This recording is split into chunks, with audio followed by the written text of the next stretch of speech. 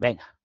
Bien, y 56, vamos allá. Entonces, la segunda de las horas de esta última ya de las sesiones teóricas de numérico, la dedicamos a la hora O3, o sea, a explicar de qué va a ir la práctica, pero las conexiones teóricas, pero sin teclear. Entonces, lo tienes también en la guía de enseñanza-aprendizaje de la N21 O3 que tienes en la pestaña tema 8 y vamos por ahí. Al abordar en O3 conexiones teórico-prácticas, vamos a ver 6 aspectos que por experiencia más le cuestan al personal. En concreto son esos 6 que tienes ahí. Esos 6 son los que vamos a ver. Bien, venga, pues vamos a por ellos. Interpolación lineal a trozos e interpolación inversa. Acuérdate de firmar la asistencia también, ¿eh? El 7 en H5 estamos hoy. Venga, pues, ¿de qué se trata eso que aparece tanto en los exámenes? ¿Qué es lo de interpolación lineal a trozos? Pues no es otra cosa que, vamos a poner aquí el 1, aspecto 1A, interpolación lineal a trozos. Digo, no es otra cosa que lo que hace Plot cuando pinta una gráfica. Es decir, si tú has conseguido, por ejemplo, estas aproximaciones en estos nodos, esta y esta, si este es el A y este es el B, pues Plot lo que hace es tirar una recta entre un nodo y el siguiente de la nube. Un punto y el siguiente de la nube, ¿verdad? Pues eso es la interpolación lineal a trozos. De hecho, ¿para qué te sirve? Pues para, si tienes un cierto valor alfa, que no es uno de los nodos, aproximarlo por el valor que tenga la recta entre A y el nodo siguiente. ¿Sí? Y importantísimo, la phi de X, cuando tú utilizas los trapecios compuesta, es esta. Es esta interpolación lineal a trozos. La función con la que aproximas, el integrando. Perfecto. Ya hemos visto que era la interpolación lineal a trozos. Apartado 1b.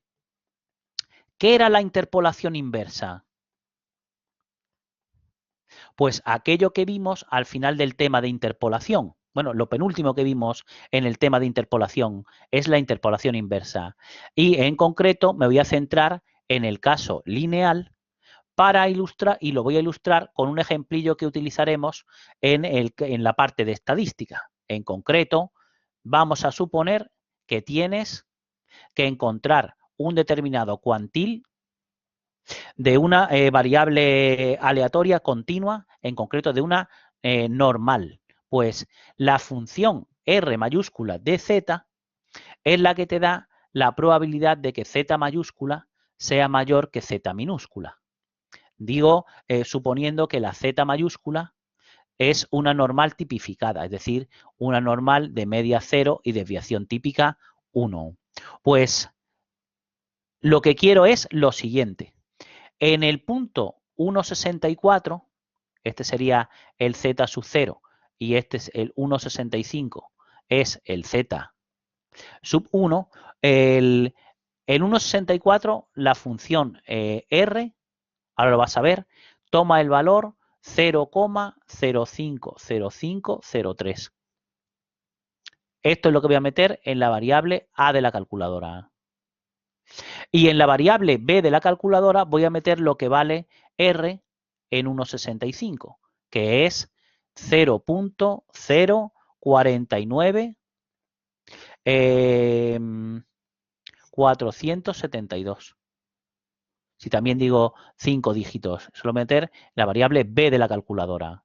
Pues lo que quiero hacer es, ¿ves? Este es un poquillo más de 0,05 y este es un poquillo menos de 0,05. Pues lo que quiero es ver en qué punto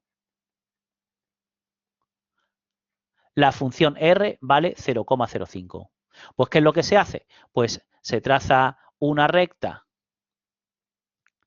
en esa nube de puntos, o sea, entre este punto y este punto, trazo una recta y donde corte el ρ igual a 0,5, este sería, el valor se llama z sub c. Con lo cual, ¿qué es lo que tengo que hacer? Pues simplemente basta con despejar en la recta que aproxime a r de z igualado a 0,05. Igualas esto a 0,05, despejas y listo.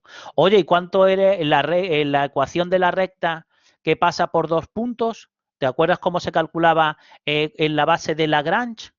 Era f en z0 por z menos z1 partido por z0 menos z1, o sea, voy a poner 1,65 menos z partido z1 menos z0, o sea, 1,65 menos 1,64, ya le he dado la vuelta, más f en z1, o sea, la beta, la b, por z menos z0 partido por z1 menos z0. ¿Lo ves? Pues entonces simplemente tengo que despejar tal que ahí. Ahora, si la variable no es normal 0, 1, sino que es una variable normal mu sigma, por ejemplo, con mu, con media igual a 0 o a 4 y desviación típica 2, entonces, una vez que obtengas el valor z sub c, lo que tienes es que destipificar. Destipificar. Que es, tipificar, ¿qué es? Restar la media y dividir por la desviación típica, ¿no? Pues si multiplico por la desviación media el z sub c y le sumo la media, lo he destipificado. ¿Sí? Venga, vamos a ver cómo se hace. Bueno, a la hora de despejar, o lo despejas con la a mano y escribes la expresión correspondiente en código MATLAB, o lo resuelves con el F0, que es el método de Brent, para resolver ecuaciones no lineales, o lo despejas con que lo despeje la calculadora. Entonces, voy a poner el 0.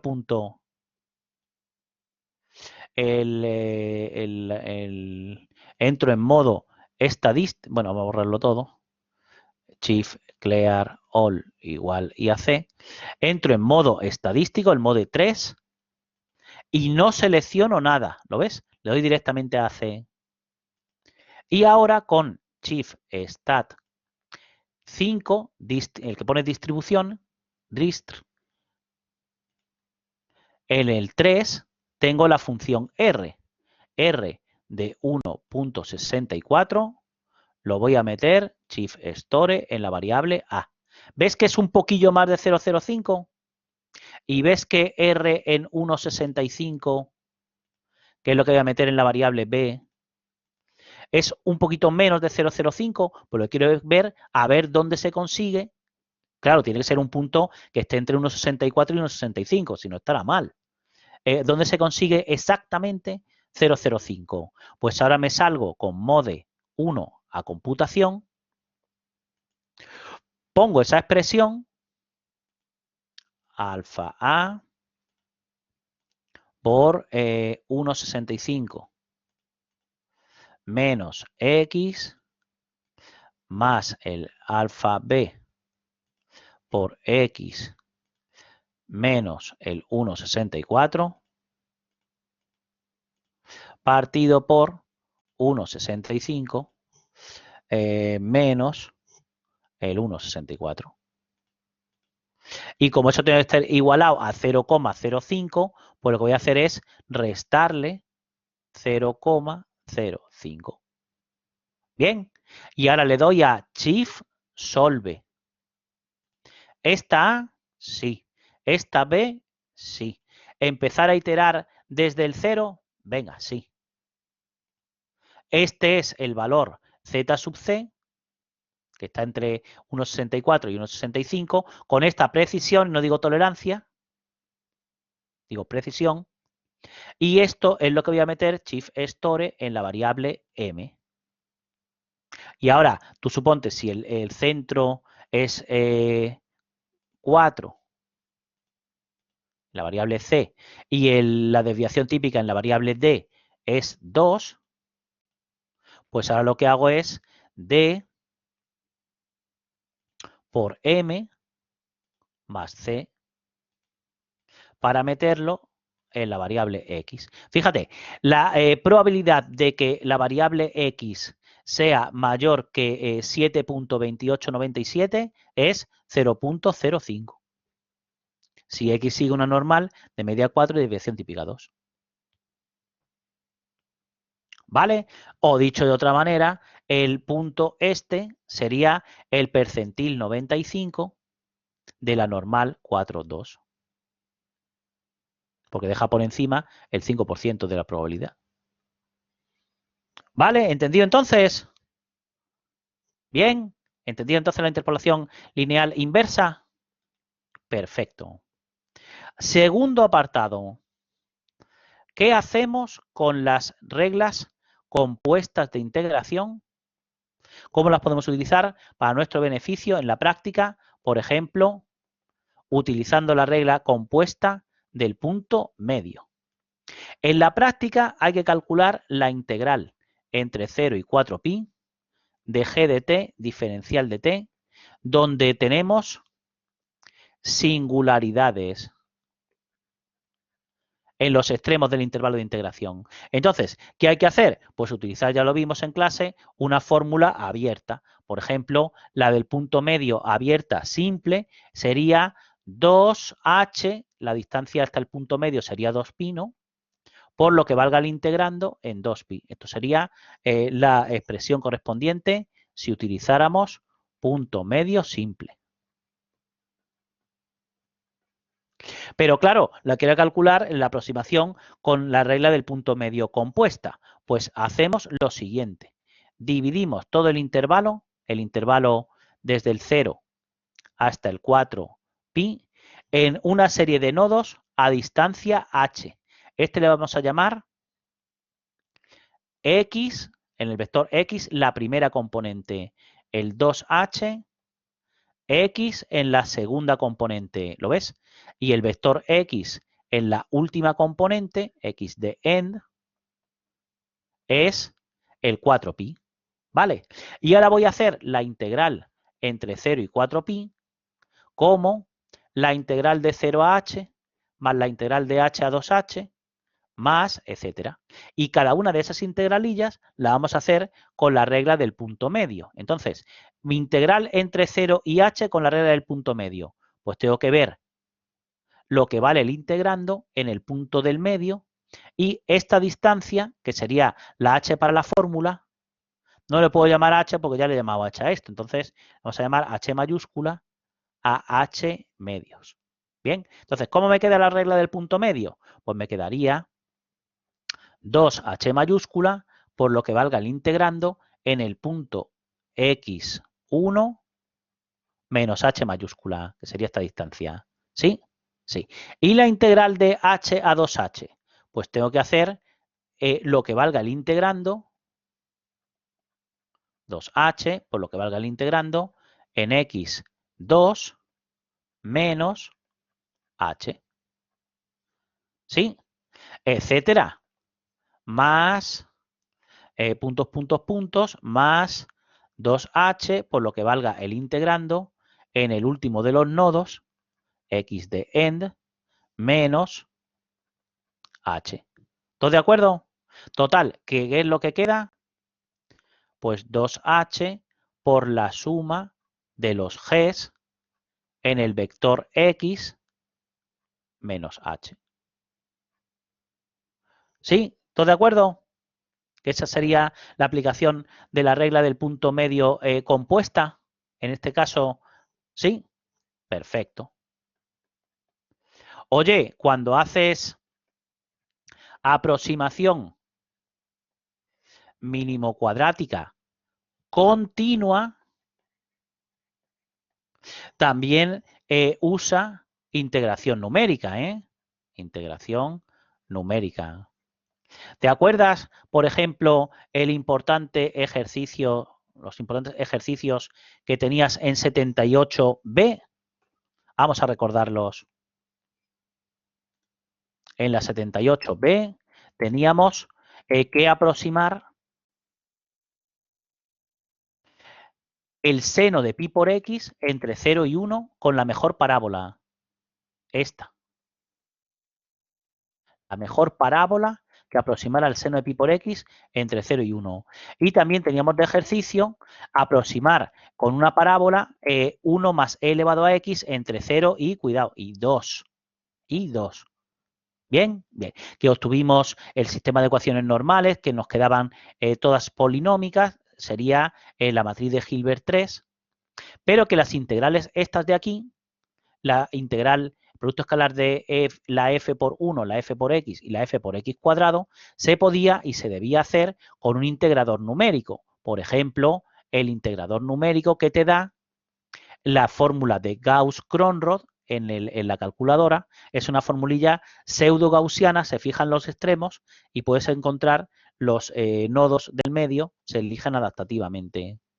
Vamos, se eligen de forma manera que puedas conseguir el grado de exactitud lo más grande posible.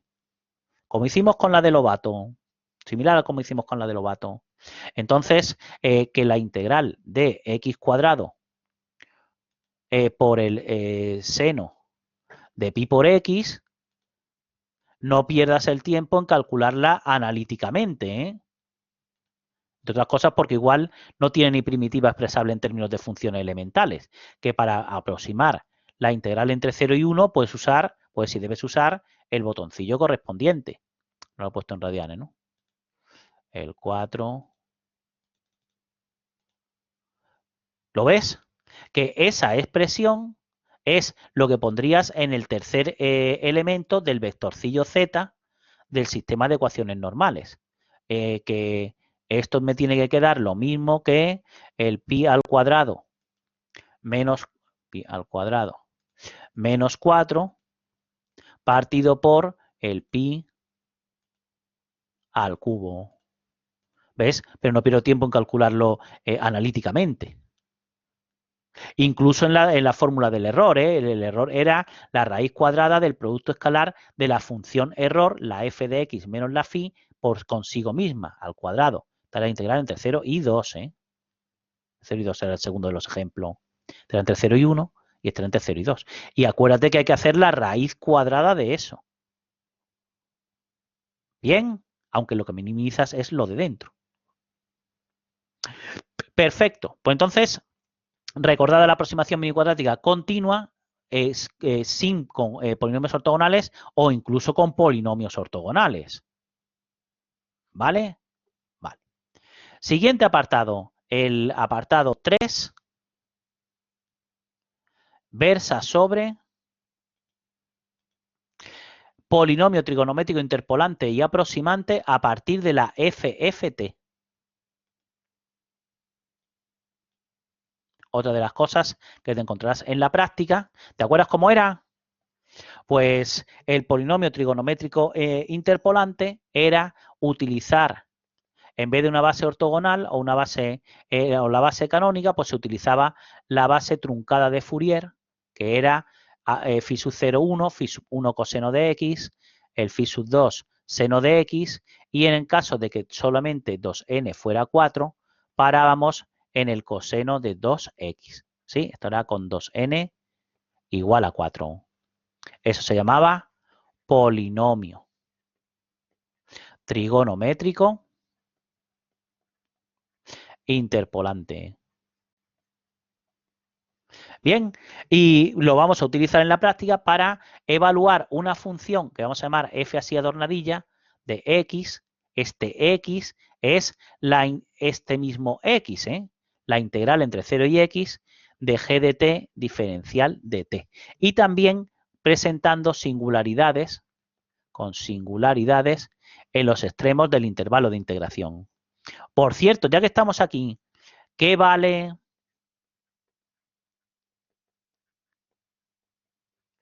en la f adornadilla prima? Pues te sabes perfectamente, ¿verdad?, el teorema fundamental del cálculo, que dice que la derivada de f' es lo que valga el integrando en el extremo superior, que f' es g de x. ¿Sí? Sí. Claro, si en estadística esta f adornadilla es la función de distribución, la f mayúscula, ¿no? Y la g esta minúscula es la función de densidad. ¿Sí? O en sistemas electrónicos, esta F es la carga del condensador y esta G es la intensidad que recorre el condensador. ¿Vale? Vale. Pues vamos a hacer un vector que le voy a llamar F, para distinguirlo de esta F adornadilla, que en la primera componente va a tener la F adornadilla evaluada en pi partido por 16. Y el vector F en la segunda componente va a tener la evaluación de la F en 2pi partido por 16. Y así voy a continuar hasta la F en la componente 32 va a tener la evaluación de la F en 2pi. Bien, ¿y esta integral cómo la voy a hacer? La integral entre 0 y pi partido por 16, si hay singularidades, pues con la regla del punto medio simple. Y esta, entre pi partido por 16 y 2pi partido por 16, las voy a hacer con la regla del punto medio compuesta, cada una de ellas con el punto medio simple. Y esta, entre 0 y pi partido por 16, más pi partido por 16 y 2pi partido por 16, más hasta la integral entre 2pi menos pi partido por 16 y 2pi, la voy a hacer con la regla del punto medio simple cada una de ellas, o sea, con la regla del punto medio compuesta. Con lo cual voy a tener evaluada la función f en pi, si aquí está el 0, la tengo evaluada en pi partido por 16, 2pi partido por 16, hasta puntos, hasta 2pi menos pi partido por 16 y en 2pi. La tengo evaluada en estos nodos.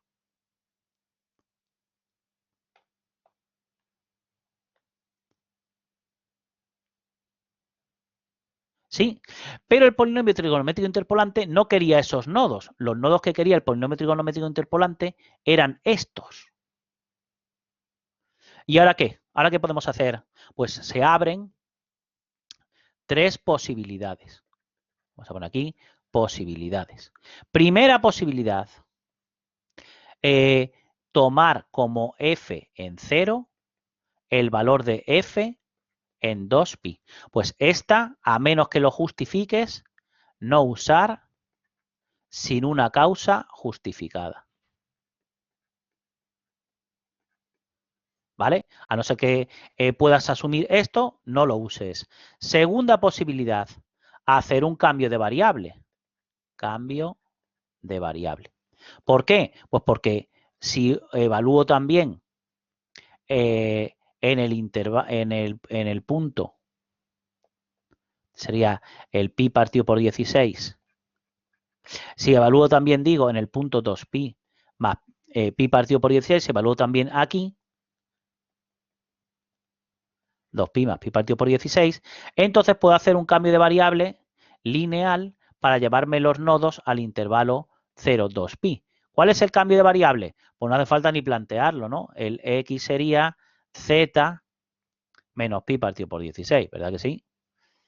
Y entonces ya los tendría en el intervalo 0, 2pi y prescindiría del valor en 2pi para tener los nodos en el rango de valores que me interesa con respecto al polinomio trigonométrico interpolante. Pero la tercera posibilidad, que es la más adecuada, es que estimes lo que vale f en 0 simbólicamente. ¿Cómo? Pues haciendo el límite cuando x tiende a 0 por la derecha de la f de x. ¿Quién va a hacer ese límite simbólico? Pues Octave o MATLAB te puedes calcular ese límite. ¿Y cuánto queda el límite cuando x tiende a 0 por la derecha de esta? Pues no es de extrañar que esto te quede 0. Y cuando te lo preguntan en el examen, que la f de x es 5 menos esto, ¿A cuánto vale f en 0? Pues 5 menos 0, 5. ¿Vale? Vale. Ya tengo estimado f en 0. Ahora, prescindo del último de los nodos, del valor en f en 2pi, y me quedo con estos valores para calcular la DFT. Y la DFT, usando el comando FFT de MATLAB y de Octave, ¿qué te daba? Pues por aquí tenía los valores de la función, los valores de la f que has calculado, y te da la transformada de Fourier discreta son estos coeficientes en general complejos, donde el conjugado de este era este. Pues si cogía el C sub 2, dividía por 2n, tenía este. Con el C sub 0 dividido por 2n, tenía este. Y si sumaba C1 y C3 y dividía por 2n, entonces tenía este. Y si en vez de sumar este con su conjugado, lo restaba, multiplicaba por i y dividía por 2n, tenía este.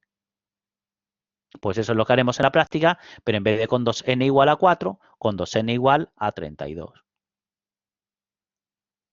Bien, ¿alguna duda sobre ese? Perfecto. Aspecto número 4.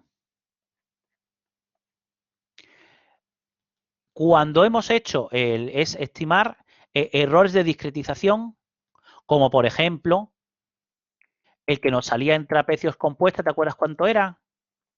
En trapecios compuesta salía h cuadrado por b menos a partido por 12 por el máximo de f segunda. ¿Lo ves? Hay que acotar el máximo de f segunda en valor absoluto, sabiendo que chi está entre a y b. Y en el caso de Simpson, lo que tenías es máximo para chi entre a y b del valor absoluto de la derivada cuarta. Pues eso es lo que vamos a aprender ahora. Es decir, cómo estimar cotas de error utilizando formulillas de derivación numérica.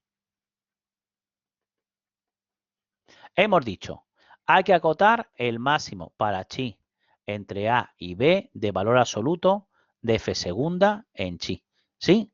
Digo si usamos trapecios compuesta. Trapecios compuesta. Y en el caso de que uses Simpson compuesta, había que acotar el máximo para chi entre a y b, entre a y b, de valor absoluto de f cuarta en chi. ¿Vale?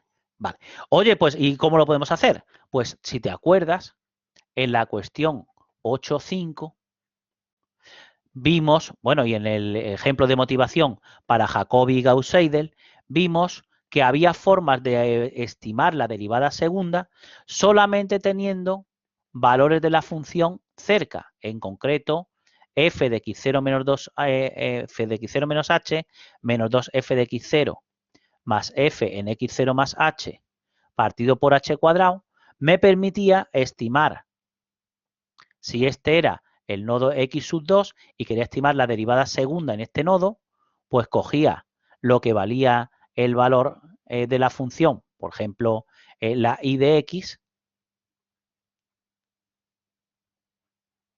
si es un problema diferencial, me permite estimar y segunda combinando este valor, este y este. Bien, el h sería esta distancia de aquí. Sí. O si es un problema diferencial, pues, por ejemplo, el que teníamos ayer, la i' era menos i más x más 1, ¿verdad? Pues, ¿cuánto vale i segunda? Pues la i segunda será la derivada, no la parcial, menos i' más 1. ¿Lo ves? Y como i', ¿sabes lo que vale? I' vale todo esto, pues reemplazo todo esto tal que aquí, lo cambio de signo, sería i de x menos x menos 1 más 1, pues me queda i de x menos x. ¿Lo ves? Así, con lo cual, hay que acotar y segunda sabiendo que es y menos x. Pues puedes, por ejemplo, hacer lo siguiente. El vector de nodos en la x, sabes que está en el intervalo A, B. Aquí estaría el W0, aquí estaría el W1, el W2 a lo mejor te ha quedado negativo, el W3 te ha quedado aquí y el W4 te ha quedado aquí. Pero ves, tanto la X como la Y, el eje de las Y estaría tal que aquí, no se escapan en valor absoluto del máximo entre este y este. Con lo cual, teniendo controladas las Y y teniendo controladas las X, a lo mejor puedes acotar una función de ellas, en concreto Y menos X. Sabiendo que esto.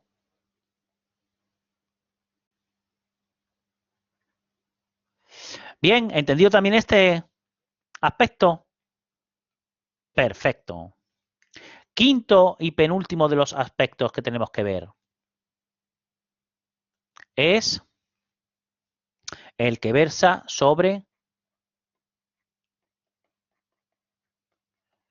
extrapolación por paso al límite. Suponte que has cogido y has calculado una determinada integral. Voy a hacerlo con pocos nodos para que lo veas, pero en general tendrías muchos más nodos que estos que voy a mostrar. Suponte que has aplicado trapecios compuesta y has obtenido la aproximación a una cierta integral y. Bien, bien. Suponte que te quedas, en vez de con todos los nodos, con todas las aproximaciones que has obtenido, con todos los valores de la función que has obtenido, te quedas con un nodo sí, un nodo no, un nodo sí, un nodo no. Y entonces te quedas, obtendrías una aproximación con el doble de h que tenías antes. ¿Sí? Y si me quedo con uno sí, tres no, uno sí, tres no, entonces habría hecho una aproximación con 4 veces más h del que tenía. Pues entonces, esta aproximación inicial puedo considerarla el t sub 1 de h cuarto, si la he calculado con trapecios, digo, compuesta. Porque esta sería entonces t sub 1 de h medio y esta que es 4 veces más h que esta sería el t sub 1 de h. Con lo cual, como sé que con trapecios compuesta p sub k es 2k, en trapecios compuesta, pues puedo obtener por extrapolación por paso al límite lo que venía en la página 34b. Este, que era 4 veces este menos este partido por 3. Este, que era 4 veces este menos este partido por 3. E incluso este, que es 16 veces este menos este partido por 15. Es decir, con cálculos fáciles, partiendo de aproximaciones O de h cuadrado, puedo conseguir aproximaciones O de h cuarta e incluso aproximaciones O de h sexta, que sería ese de ahí. ¿Vale? ¿Entendido entonces? Era lo que vimos en la, he comentado, en la 34.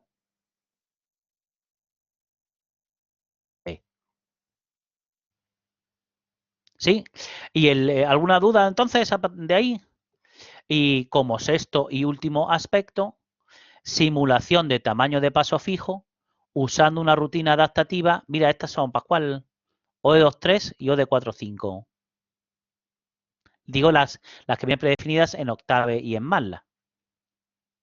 Entonces, vamos a poner ahí arriba el aspecto sexto. Es simulación de tamaño de paso fijo usando una rutina adaptativa. En concreto, la O de 2.3 y la O de 4.5. Fíjate, en la O de 2.3 se usa una técnica de, es una fórmula O de H cubo que estima el error de truncamiento local de una ODH cuadrado. Esta entonces es de orden 2. Esta es de orden 2. Y esta es una fórmula de ODH quinta que estima el error de truncamiento local para un método de Runge-Kutta de orden 4. Entonces, este es un método de Runge-Kutta de orden 4. ¿Vale? Y el tema es que son adaptativas en el sentido de que el tamaño de paso no es fijo. Se va haciendo más chiquitillo cuando la función cambia más bruscamente y se va haciendo más grande cuando el integrando, o sea, cuando la función y de x cambia más suavemente para ahorrar evaluaciones funcionales. ¿Vale? Pero entonces, ¿cómo puedo simular tamaño de paso fijo en O de 2,3 o en O de 4,5? Pues la clave está en usando un vector A, dos puntos H, dos puntos B, como segundo argumento en la llamada A o de 2,3 o de 4,5. Normalmente lo llamas con un intervalo, con el intervalo AB, pues ahora lo que pasa es un vector, porque aunque realmente lo que va a hacer es resolver adaptativamente entre cada entre un nodo y el siguiente, sería adaptativo entre dos nodos consecutivos, como la salida que te muestra es la de los nodos que le hayas dicho, pues va a aparecer que es de tamaño de paso fijo y te va a servir para compararlo con el Euler o con el Runge-Kutta ya adaptado para sistemas de ecuaciones diferenciales, como es lo que tienes en la práctica.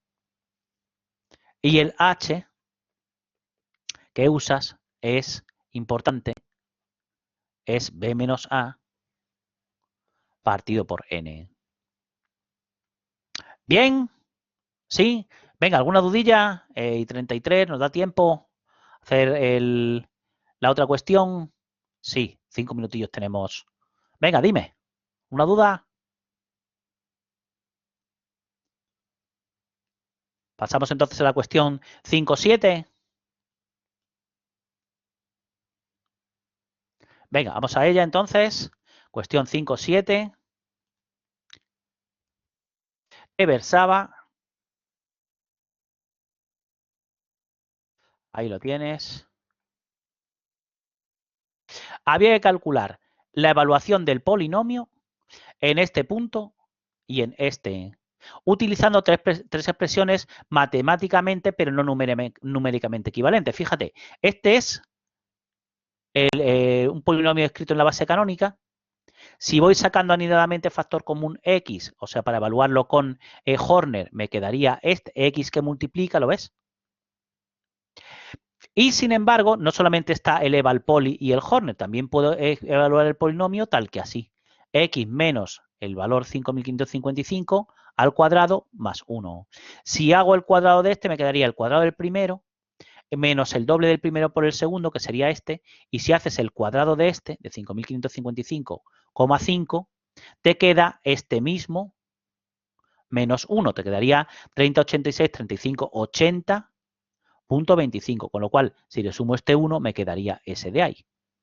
¿Vale? Pues se trata de evaluar esas expresiones en aritmética de 6 dígitos con centinela y redondeo. Pues vamos a hacerlo con la calculadora. Lo hacemos de la manera siguiente. Primero voy a meter el 30.86, 35, 81, el 30, 86, 35, 81.25 lo vamos a meter en la variable A.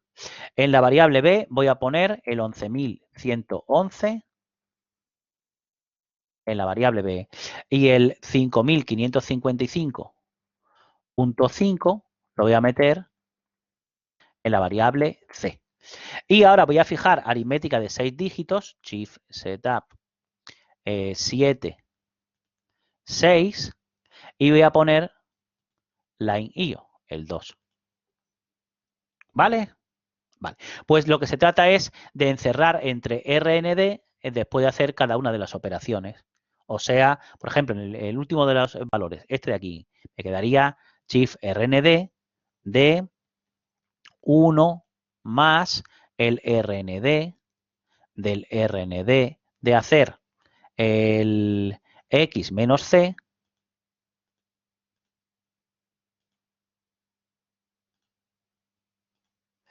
y elevar al cuadrado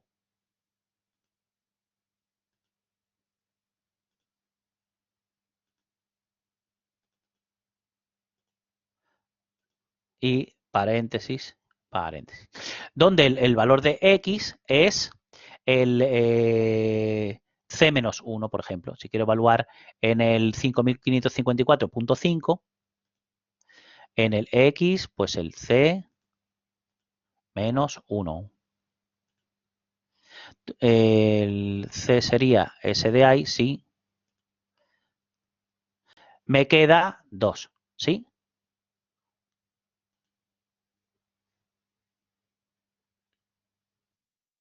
Lo tienes en la transparencia. Polinomios.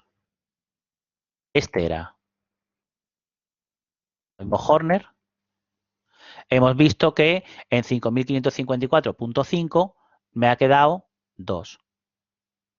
Ahí tienes el cuadrado de este, es lo que teníamos en la variable a menos 1. Y si evalúo esa expresión, vamos a poner el c menos 0.5, lo vamos a poner en la variable x directamente. Sería el 5555, ¿no? Pues si evalúo esa expresión, me queda 1,25. ¿Vale? Bien. Tú tienes que hacer lo mismo, pero con el resto de expresiones para que veas que, aunque son matemáticamente equivalentes, fíjate que no te queda lo mismo con las tres expresiones en el caso 1 y 2, o sea, en el primero de los casos, y en el segundo es que el 1,25 no sostiene ni con la base canónica ni con el algoritmo de Horner. Bien, pues nada, esto era lo que teníamos para hoy. ¿Alguna dudilla? ¿Algo que te inquiete? Es 19,39, con lo cual hemos echado 43, ya está, ¿no? 91, listo. Muy bien, bueno, pues cortamos aquí.